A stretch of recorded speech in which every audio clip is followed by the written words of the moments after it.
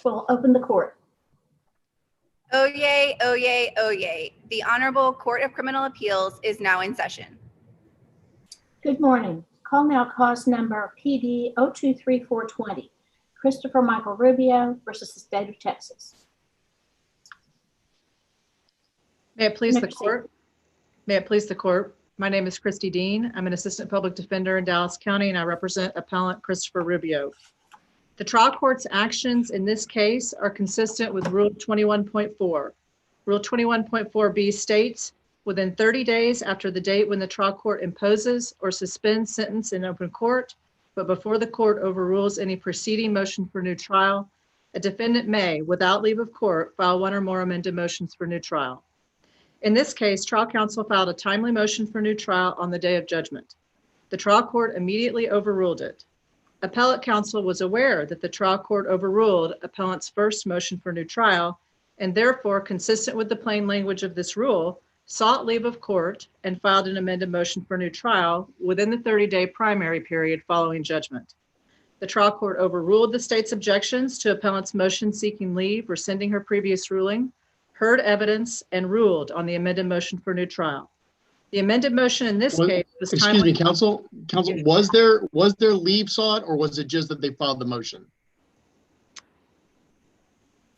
I'm sorry, I don't understand the distinction. You're saying that they filed a motion with leave of court. Did they actually seek leave of court, or did they just file another motion for new trial?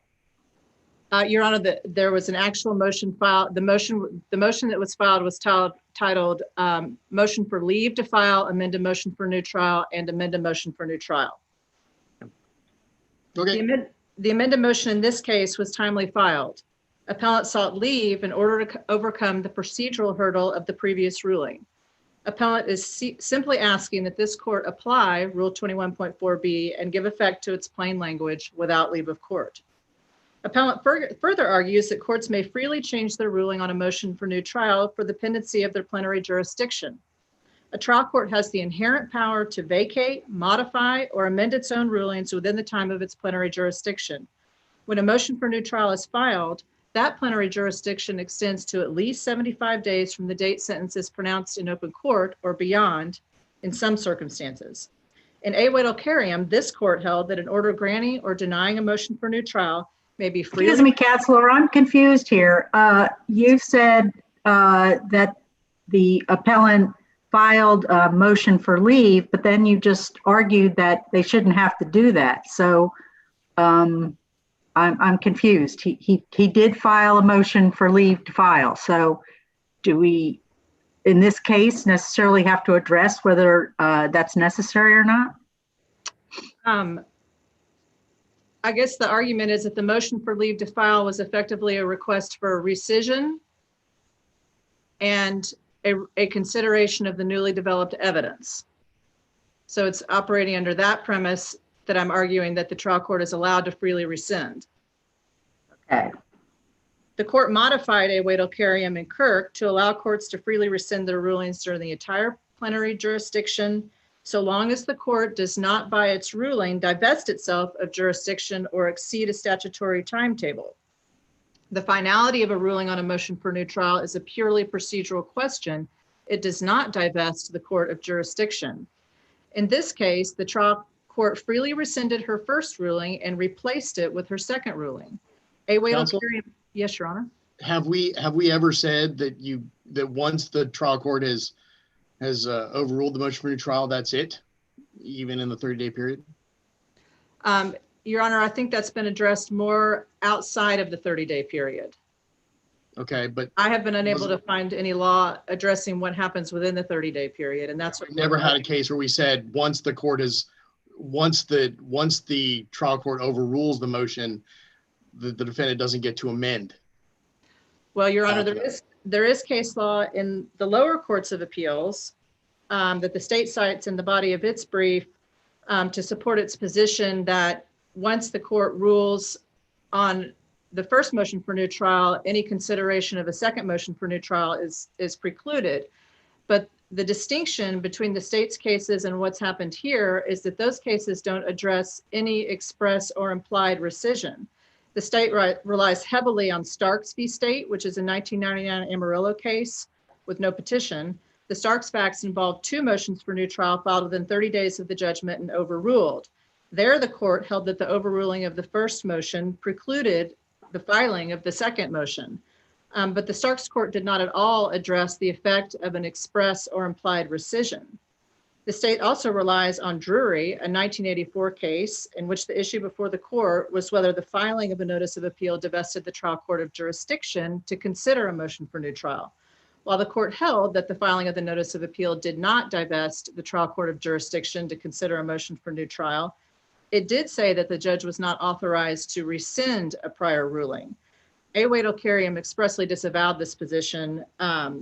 Therefore, Drury doesn't really address the critical issue in this case, and that's whether a rescission renders a timely filed amended motion for new trial the remaining live pleading. In fact, none of the cases that the state has cited address any scenario with rescission. In Earl and Else, which are Dallas cases that are capital murder co-defendants, both appellants timely filed motions for new trial, arguing that the verdict was contrary to the law and evidence, which is the nature of the motion that was filed in this case. The trial court overruled the motions on the day of filing. 20 days later, appellants each filed motions for leave to file and amended motions for new trial. The trial court denied their motions for leave to file and refused to rescind its previous rulings and conduct hearings on the merits. And then the state cites Silguero, a Corpus case where no one filed an amended motion for new trial. The trial court appointed appellate counsel 3 days before the expiration of the 30-day primary period, and the Court of Appeals speculated that had that counsel attempted to file an amended motion for new trial, it might have been precluded by the ruling that happened on day 24 on appellant's initial motion for new trial. There was no discussion of rescission in that case and no remaining live pleading following the trial court's ruling on the pro se motion for new trial. In Springston, appellant also filed a timely pro se motion for new trial. The trial court held a hearing on the motion and overruled it. An attorney then took up appellant's cause and sought leave from the trial court to amend the motion for new trial to allege attorney abandonment and jury misconduct. The trial court expressly denied leave. And again, like the others, this case does not address the effects of an express or implied rescission. And there are several cases that do address the effects of an. Yes, Your Honor? Isn't there a difference though between saying the trial court can reconsider its motion on whatever the original thing was filed and whether or not the trial court can then consider an amended motion after it's already rejected an original motion? Isn't there a distinction there? Well, yes, Your Honor, and that is an argument that the state makes, that even if the trial court rescinds its original ruling, it can only reconsider the merits of the originally filed motion for new trial. And I think this has been addressed both in some of the sister courts of appeals in Baxley, Campbell, and Porter, and also in a dissenting opinion from this court. In Burt v. State, the trial court's oral pronouncement of restitution ultimately differed from the restitution contained in the written judgment. Appellant raised this issue for the first time on appeal, and this court held that the appellant did not fail to properly preserve error by not objecting to oral pronouncement or in a motion for new trial because the written judgment didn't actually issue until after the ruling on the motion for new trial.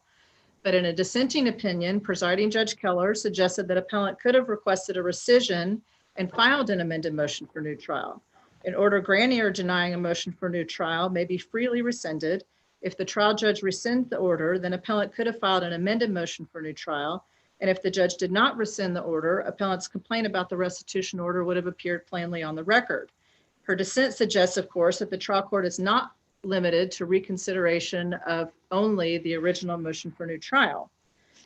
Other cases around the state. One of my concerns about that, and I guess I would ask that is that Drury case deals with the statute, which set out what the parameters were for granting or allowing an amended motion for new trial. Now we've got a rule, but we actually have some case law that says you can't expand, that rulemaking authority doesn't expand or shrink whatever rights existed under that statute.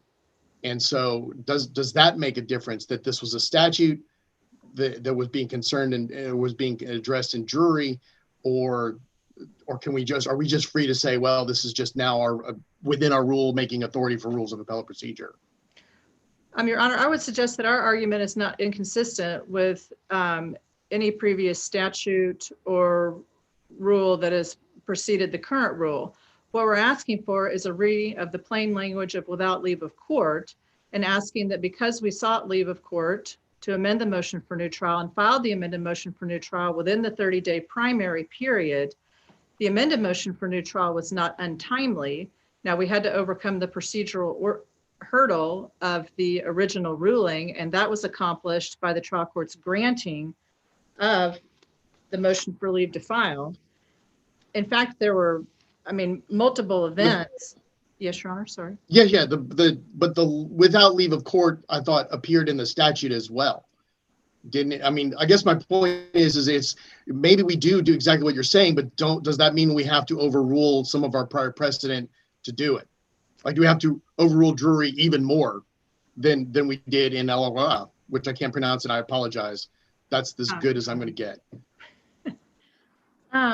I don't think that what I'm requesting is inconsistent with Drury. Drury addressed whether the filing of a notice of appeal divested the trial court of jurisdiction. I think there is some statutory discussion in there, but the issue we're asking the court to address now appears to be a novel issue for this court, because mostly, like in Moore and Easter, this court addressed, whether there was leave of court required for the purposes of addressing amended motions for new trial that were filed outside of the 30-day primary period.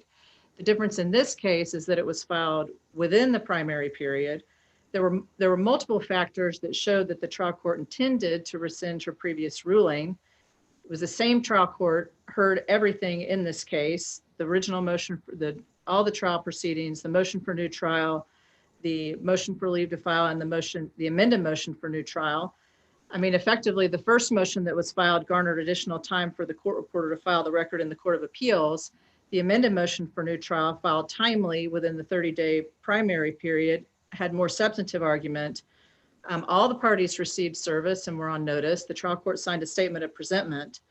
And the motion for leave to file amended motion for new trial, which I think is the correct title of the motion contemplated under Rule 21, was the equivalent, in effect, of a request for rescission of her previous ruling and consideration of the newly developed evidence. By its actions, the trial court understood this to be the request and granted the motion for leave to file. Her rescission became manifest in multiple ways, both when she set the amended motion for new trial for a hearing on September 14th and then reset it to September 21st, when she overruled the state's objections on September 21st, and when she allowed a merits hearing to go forward instead of forcing the appellant to put the evidence on as a bill, so that when she made a ruling at the conclusion of the hearing on the amended motion for new trial, it became an appealable ruling. Now, I would like to address a couple of the other states' arguments. One of the state's arguments is that the Supreme Court analog, Texas Rule of Civil Procedure 329B, supports its argument that the filing of a first motion precludes. Counsel, I think that Judge Keesler wants to actually ask a question, but he's muted. Oh, I'm sorry. Finally. Yeah, Thank sure. you for unmuting me. I couldn't get unmuted. I'm sympathetic. The issue seems to be that do you have to file a motion to rescind, a specific motion to rescind? It would seem logical if the judge is rehearing the thing that she knew that I don't think it's real clear. I don't think the law is real clear whether or not you need to do that. But doesn't the whole thing boil down to that? Because other than that, it looks like you've done everything you're supposed to do. Well, Your Honor, it's our position that there is no prescription for how to effect a rescission. And in this case, with a motion for new trial, the cases the state cites, like State v. Sanavonzi, in that case, the state was attempting an interlocutory appeal of an oral ruling. So the written ruling was required to shift jurisdiction to the Court of Appeals in order for the Court of Appeals to consider the interlocutory appeal. Okay. In this case, nothing about the ruling on the motion for new trial shifts jurisdiction. The plenary power of the trial court is extended when the original motion for new trial is filed. The plenary power of the court does not thereafter expire until, I guess under Kirk, the appellate record is filed in the Court of Appeals. Therefore, any ruling, and it's particularly an overruling, I mean, there is language in 21.8C that requires that a grant, or 21.8, that requires that a grant be in writing. But on an overruling or a rescission, nothing about those rulings are going to shift, or even a grant really, are going to shift jurisdiction from the trial court. So that would be our argument for why, in this case, you know, a written rescission is not required. Counsel, you said that the judge granted the motion for leave. By her actions, yes, Your Honor. By her actions. So her actions were, well, I'm going to let you present your motion because you have done all this work. Is that what you're referring to? And then holding the hearing? Yes, Your Honor. Okay, but the record, does the record show on the docket sheet, for instance, that she granted it? I'm sorry, I do not have the docket sheet in front of me. I can't recall what the docket sheet says. Okay, thank you. I don't believe it shows that, but I can't remember. Yes, she refused to hear the state's objections and she moved forward with the hearing on the merits. And that was after twice setting the hearing, the motion for hearing. All parties were on notice. Everybody knew what was happening. Nothing was happening in the dark. So just to also distinguish what's happening here from the Texas Rule of Civil Procedure 329B, I'd like to point out that the critical distinction between the criminal rules and the civil rules for the purpose of our case is the difference between when the trial court's plenary power expires. The state cites Texas Supreme Court case In re Brookshire Grocery, and in that case, the trial court overruled petitioner's original motion for new trial on day 1 following judgment. On day 29, the petitioner filed an amended motion for new trial. The court conducted a hearing on day 47 and granted the amended motion on day 54. Because the trial court overruled the first motion on day 1, its plenary power expired pursuant to Rule 329BE on day 31, 30 days after it overruled the first motion for new trial. It therefore didn't have jurisdiction to hear evidence on day 47 or rule on day 54. However, the civil rules do not permanently foreclose a trial court's ability to rule on an amended motion for new trial, even if it overruled a preceding motion. They only preclude a trial court from making a ruling after its plenary power has expired. The Texas Supreme Court has held that an amended motion for new trial filed after the court has ruled on a prior motion is not timely for purposes of extending jurisdiction. The court expressly stated our holding does not preclude a party whose motion for new trial has been overruled from continuing to seek one. So that what I'm arguing here is consistent with the Supreme Court law jurisprudence as well.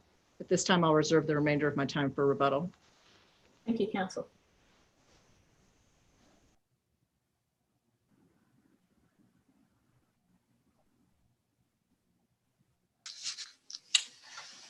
May it please the court. My name is Jesse Allen. I'm here on behalf of the Dallas County District Attorney's Office representing the state of Texas. This appeal presents the court with an opportunity to answer several open questions that relate to its decision in Awadalkarian versus State, and that decision's relation to Rule 21.4B of the Texas Rules of Appellate Procedure. Namely, does the rescission of an order overruling a motion for new trial retroactively make what would have otherwise been a timely amended motion timely? If it does, how does that rescission have to be accomplished? And 3, can the state do anything to enforce this secondary and earlier timeline that's set forth in the rule? First, with regard to a question Judge Newell asked, has this court ever ruled that once a trial court overrules a preceding motion for new trial, that's the end of the story? I would argue the answer to that is yes in ex parte jury, but The problem with relying on that in this particular case is because at the time ex parte jury was decided, we were in a situation pre-Waddle-Carrium where trial courts virtually could never undo motions for new trial unless it was for a clerical error of some manner, but not for judicial errors.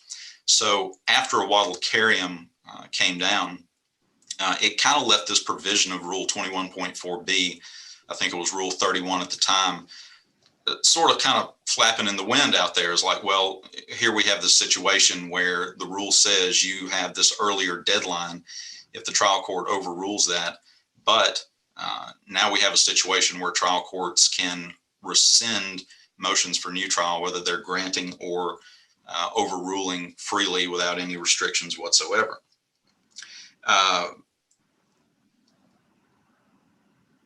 So in this particular case, I mean, we're asking the court, you have this history behind this rule. It started in statute that once upon a time, trial courts could entertain out of time motions for new trial and amended motions for new trial.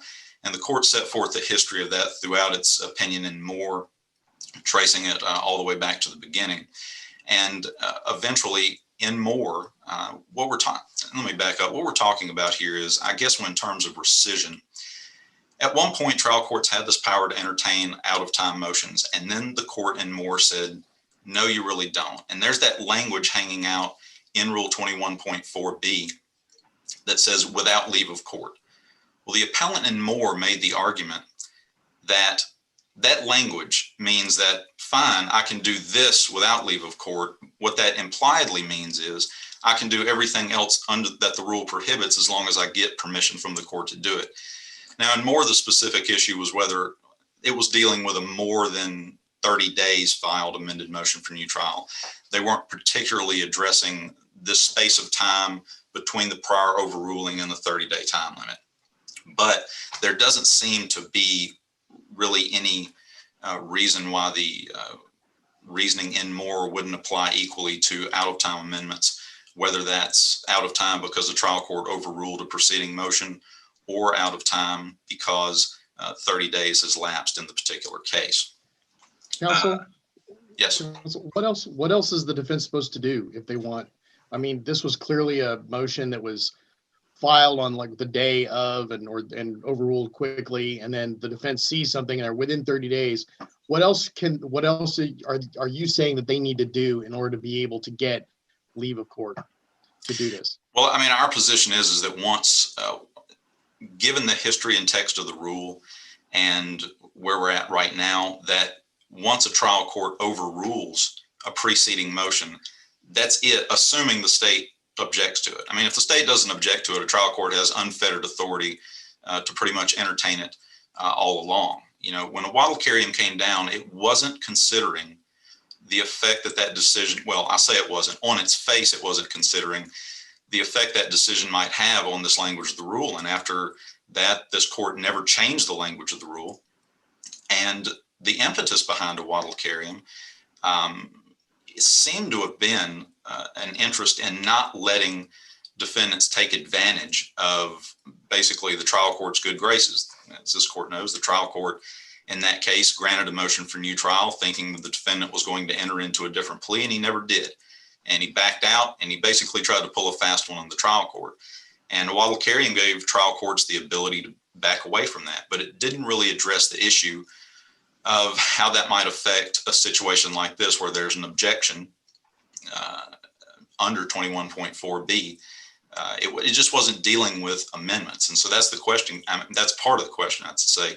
Can you give effect to the decision in a Waddle-Carrium and effect to Rule 21.4b? That language is just kind of hanging out there now. But why shouldn't we just say, look, you got 30 days, file whatever possible. That's your 30-day window. You can file whatever kind of thing you want. You can continue to amend as long as it's within that 30 days. And then from 30 days, you're stuck with the last available motion. Well, I think why have this situation where you can have something like this, where someone files something and then find something else new within the 30 days, and then they're not allowed to bring that up? I mean, I think the court could do that, and I think it would be advisable to do it through the rulemaking procedure, not under the language of the rule right now. I mean, I think that's for a rulemaking decision process, because really what that would mean is that outcome that you just described would really be this. It would be deleting 21.4B in its entirety and then rewording 21.4A to basically state a defendant may file one or more motions for new trial within 30 days of the imposition or suspension of sentence in open court. That's the functional equivalent of what the rule language would say under that outcome. And it may be the case that that would be advisable to do, but under the present rule, given its language and given the history of it, I just don't think that's the conclusion that we can come to under the language that's there now. In Moore, once again, going back, where the court basically said, we're not going to let trial courts basically do what the rule prohibits by granting leave of court. I mean, that's just what it was said. But this situation that we have right now is the functional equivalent of the trial court granting leave to amend, even though this court has said the rule does not permit that. There doesn't seem to be a function. I mean, let's assume for a second, you know, this was outside the 30 days. I mean, we know for a fact under Moore, the trial court can't grant leave to amend under those circumstances. Well, untimeliness is untimely, whether or not it's because it's over 30 days or after a trial court overrules a preceding motion. Going to a court and saying, Judge, can I please have more time to file a motion for new trial, is no different than going to a trial court and saying, can you rescind your prior orders so I can have more time to file a motion for new trial? It's the exact same thing, which this court has said, at least in terms of the 30-day context, that you just simply cannot do. Judge Keller asked a question whether or not there was a docket sheet entry in this case. I do not believe that there was, Judge Keller. I do believe there was no written order on the amended motion or the motion for leave, motion to grant leave to amend the motion for new trial. To respond also to Ms. Dean's argument regarding In re Berkshires and the language that's in there, that was also referenced by Judge Keller in one of her dissents. I think that is a totally different scenario. I mean, sure, the Texas Supreme Court said defendants can continue to go forward seeking a motion for new trial once the court has already overruled a preceding motion. But that is specific, that language is specifically in the context of how motions for new trial work in civil cases. And it's rather odd, having only practiced criminal law forever, looking at how that's done in the civil world. It's strange, but basically the Supreme Court has said, look, once a motion for new trial has been overruled, that's it for you. You can't file another one and have it considered. But at the same time, because civil trial courts have the authority to grant motions for new trial on their own motion, the Texas Supreme Court has said, when you file an amended motion, even if it's out of time, what can happen is the trial court can just basically take notice of the grounds in that motion and grant it on its own motion. It's not really granting yours. It's just taking notice of what's in there and exercising its power to do so. Doesn't our case or interpretations of the inability to file or to consider an amendment out of time, we prohibit that. Isn't that already inconsistent under our case law versus the Supreme Court? So we would have to fix that law to harmonize that area with the Supreme Court case law. I'm sorry, Judge Newell, I didn't quite so follow that. What I'm saying is that we've already said that once you're out of 30 days, you're not allowed to then amend. You're like, but the Supreme Court seems to recognize that the court can consider those things, even if it's untimely, regardless of whether or not they allow you to untimely amend. But we've sort of foreclosed that already. Well, I think you foreclosed it only because criminal trial courts don't have the authority to grant motions on their own, grant these motions on their own motion. I mean, that's the bottom line on that. I mean, civil courts have that power. That's why, and I apologize, I forgot the case. It may have been Berkshires. I mean, they say specifically, we're not really considering the amended motion that's untimely for whatever reason, whether it's 30 days or after a previous one has already been overruled. This is just the court exercising its power to grant motions on its own motion. So that's the difference between the two. I mean, and that's the only reason trial courts can't do that in the criminal context, because a trial court doesn't have the authority on its own motion in criminal cases to grant a motion for new trial. Trial judge here was Tracy Holmes, wasn't it? And she's really a pretty long-serving, experienced trial judge, correct?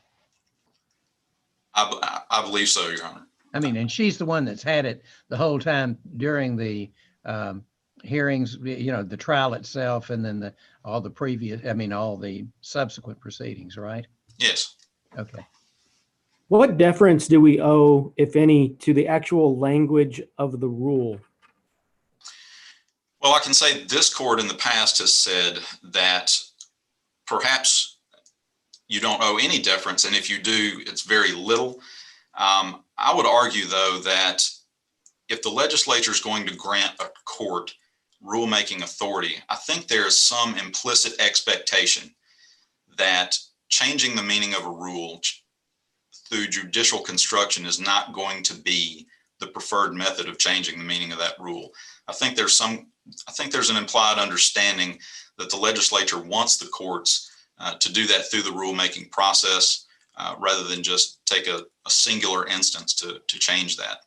Well, counsel, isn't there a case called Flowers that says we're not allowed, our rulemaking authority to move these things from statute to the rule means that whatever rulemaking we do, we can't expand or shrink whatever the rights were at the time of the statute. Like, we're not allowed to abridge whatever the original understanding of the statute was. I'll be frank with you, Judge Newell, my understanding of that is a little, is not as well as it should be. There has been some cases that referenced what you just described about abridging or expanding substantive rights, but I'm not certain a judicial construction of this rule would be expanding or abridging anyone's substantive rights. I mean, this is really a procedural impairment. Sure. Well, let's look at it this way, because this goes back to the question I'd asked earlier. Say under the statute, the defendant had one shot. He couldn't amend. He got one chance. Well, changing this rule to say now he can do it with leave of court is seeming to give him giving him more of a chance to actually amend than he had under the statute. Yeah, that's true, and I can agree with that. I mean, that the fact, and he will. And I would like to also emphasize, this situation will not be limited to the factual circumstances you have right here. I mean, what it'll be is an individual will be able to file a motion for new trial. Hypothetical scenario, they file a motion for new trial on day one. It has various substantive allegations in it. It's not just any kind of boilerplate form. They present it, they have a hearing on day 5, it's overruled on day 6, and then the defendant comes, well, I've got more, please rescind. And the trial court does that. And then we have another one, and well, please rescind, as long as you get all these within 30 days. Now, I know that's unlikely to have 3 or 4, but I could see that happening in 2 or 3 with multiple substantive cases. And I think the rule contemplates not necessarily, it contemplates sort of one bite at the apple, because it says you may file a motion for new trial. And counsel, excuse me, counsel. Yes. Let me follow up on what you're just saying about this one bite at the apple. I haven't been in Dallas County courts in a while, but just tell me if this is the case still there. Is it the case that in all the district courts, outside the courtroom in the hall where the lawyers go through to talk to the clerk and the court reporter, there's a rack of motions there, and there's a motion for new trial there that is very much just a boilerplate motion, and that's what was actually filed in this case. Is that correct? Judge, I can't tell you that from personal knowledge, but I have heard that, and I know the folders that you're talking about. Okay, so with that in mind, and I think I've read in this case that it was a boilerplate motion. These boilerplate motions in Dallas and other courts are primarily filed just for the purpose of getting more time for the court reporter. Isn't that correct? I have heard that, yes. Okay, and in Dallas, with these motions outside the courtroom, isn't it true that the trial judges in Dallas really encourage the lawyer that tries the case to file that motion immediately? Isn't that correct? Well, Judge, I'm not going to go that far because I don't know that. Now, that may very well be the case, but I have not ever witnessed that. And while I have heard that trial attorneys have done that and do that in order to get court reporters more time, I can tell you when I was in private practice, I did not do that for the sole purpose of getting a court reporter more time. And I think that is a situation where I don't know how it works in other courts of appeals, but I can say the Fifth Court of Appeals is more than generous with court reporters granting extensions of time. I've never seen a situation where the court was unreasonable with a court reporter in that circumstance. So I understand. So let me, I understand that, but my question is kind of deals when you have a situation like this where, well, let me back up and ask this question. Do you know if this judge, and I don't know this judge, does she deny these boilerplate motions for new trial immediately on a regular basis? I have never heard of this before. I do not know the answer to that, Judge. I have not been in Dallas County long enough myself and had experience in that court to know whether that's a regular practice or not. I mean, okay. So I mean, I can't answer that with any personal knowledge. So let me ask you Okay. a question real quick. sure. If rescission is allowed, what can you talk to us about why it would be important to require an explicit rescission of the prior order as opposed to an implicit rescission? Sure. And this kind of goes to several things we talked about in the brief on this, and it also addresses something that Ms. Dean brought up, and that is, despite the fact that the rule says that there is an explicit, there's only one explicit writing requirement in the rule. I mean, I disagree with that. I mean, it seems to me there, and I have to lead into get to the answer to your question, Judge. There are two ways a motion for new trial can be ruled upon. It can either be ruled upon by the court or it can be ruled upon by operation of law. And the rule is pretty clear. It says if the trial court doesn't rule on it by written order, then it's ruled upon by operation of law. So the only way a trial court can act affirmatively on a motion for new trial is in writing. When a trial court issues an order in writing granting a motion for new trial, it affects a legal change in the landscape. He's no longer a convict. He's a presumably innocent person.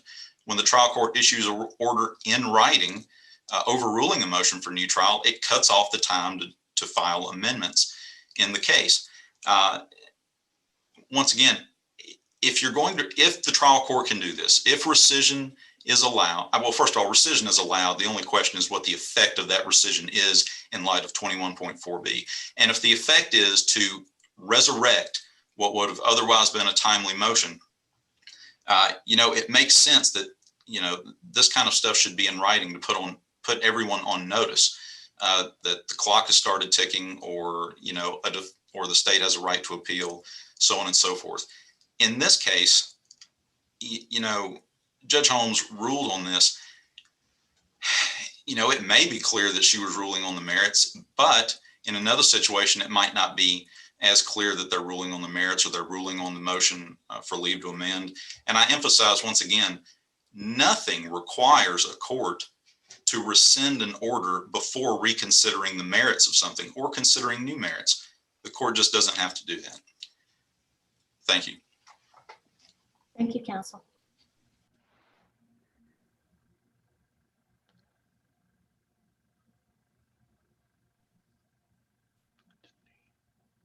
May it please the court. Your Honors, we are not asking for an enlargement of the defendant's rights. We are simply asking that you give effect to the language without leave of court that is contained within Rule 21.4. I want to address briefly what Judge Walker said. Yes, this was a pre-printed motion for new trial. That is what was filed on the day of judgment. I don't know how that came to pass, how it was filed, or whether there was any context to that, but it was a pre-printed form that was filed on the day of judgment.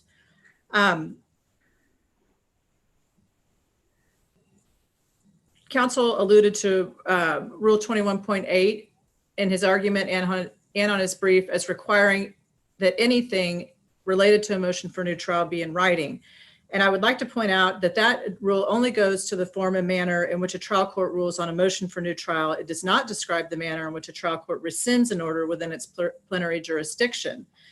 And we would argue that the trial court pronounced her ruling in this case on appellant's amended motion for new trial on the record and on day 75. There was no ambiguity about what she was ruling on. We had just completed a lengthy merits hearing, and she was ruling on the content of that hearing. Whether the motion was overruled in writing or by operation of law is really not even a relevant concern in this scenario.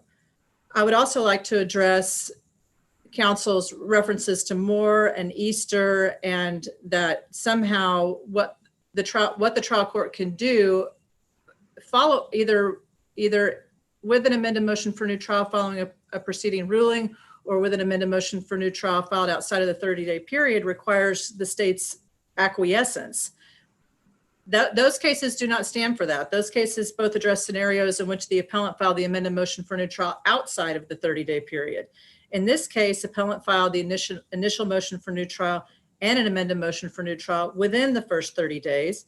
When the trial court ruled on the motion, rescinding her previous ruling, and then ruled on the timely filed amended motion for new trial, there was no untimely filed amended motion for new trial that required the state's acquiescence. I have detailed. You're about to run out of time, but I have a question. I'm going to go back to something that Judge Walker said. Do we know how it is that the initial motion came to be ruled on? Was it presented to the judge?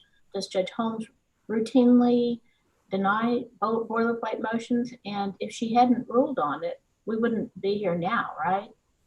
That's correct. If she had not ruled on it, we would not be here now. I don't know what the context of the filing of that motion was. There is no information on the record that describes how that came to pass.